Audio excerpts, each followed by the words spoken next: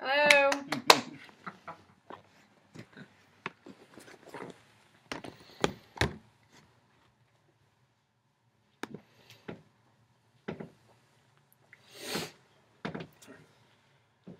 A major discussion that is constantly being talked about in sports whether or not college athletes should be paid. Every year, people scream and complain that college athletes deserve to be rewarded for their achievements on the field. A lot of people feel this way because since the student athletes are generating so much money to the university, that it is only fair to give back to the players. College athletes that attend major universities usually attend the school because they have received a full ride scholarship. A full ride scholarship is a scholarship that is rewarded to the athlete, which means the athlete does not have to pay a single dime to go to school or play football. Division III athletes, such as myself, do not even get a chance at receiving a full ride scholarship.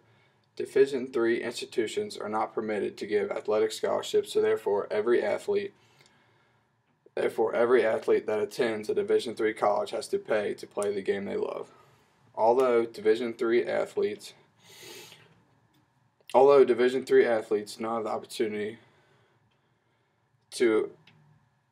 have the opportunity to receive an athletic scholarship, I would like to direct my speech towards Division I and Division II institutions. Throughout this speech, I would like to talk about several topics that will hopefully persuade you on why college athletes should be paid to play sports. These topics include college athletes already get paid, the institutions have to pay to support other teams, and my final topic is the recruiting process for all sports would be completely vanished. First, I would like to talk about how college athletes already get paid.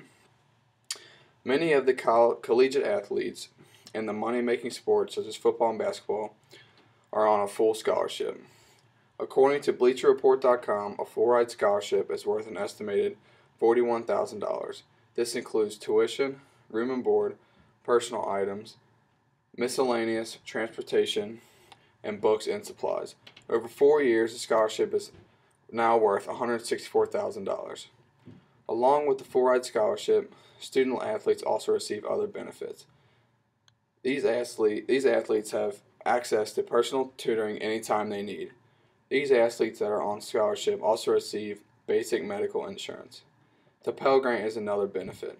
The Pell Grant is a federal grant for low-income student athletes that qualify that is worth $5,500. This grant does not have to be paid back, so if an athlete is rewarded the grant while on full scholarship, then the athlete has $5,500 to spend on whatever he or she chooses. The schools also provide the athletes with all types of free clothing. According to BusinessInsider.com, Nike supplies Oregon with $2.5 million of athletic apparel each year. Next, I would like to discuss how the universities have to pay to support some of the other teams at a particular school. For example, the University of Alabama spends approximately $31.6 million each year on the men's sports. They bring in revenues of $76.8 million each year.